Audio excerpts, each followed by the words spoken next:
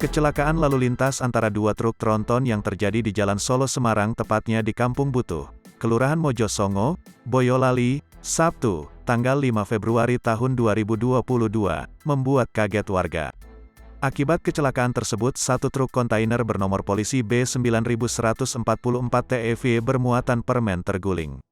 Sedangkan truk kontainer bernomor polisi H1758R mengalami ringsek pada bagian depan truk. Tidak ada korban jiwa akibat kejadian tersebut, namun diperkirakan kerugian mencapai puluhan juta rupiah. Adi, 50, warga Kampung Butuh, Kelurahan Mojosongo yang saat itu berada tidak jauh dari lokasi kejadian menjelaskan bahwa kejadian tersebut terjadi pukul 5 waktu Indonesia Barat pagi.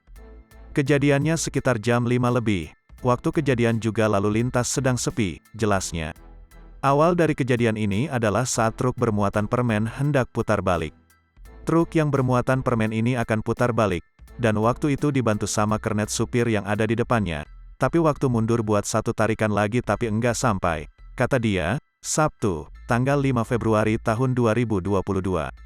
Dari barat, dari Semarang, ada truk melaju dan jarak pengereman terlalu dekat akhirnya terjadi kecelakaan, jelas dia.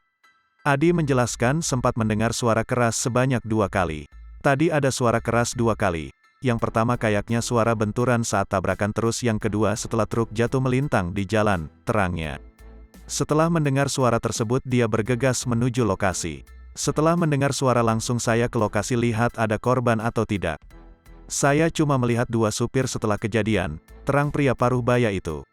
Tadi untuk supir truk yang terguling harus dibantu untuk keluar truk, imbuhnya. Sedangkan untuk truk, H1758R, langsung bisa keluar sendiri setelah kejadian, sambungnya. Tidak ada kesulitan untuk kedua supir truk tersebut mengevakuasi diri setelah kecelakaan. Adi menambahkan, bahwa setelah kejadian tampak lalu lintas mulai tersendat.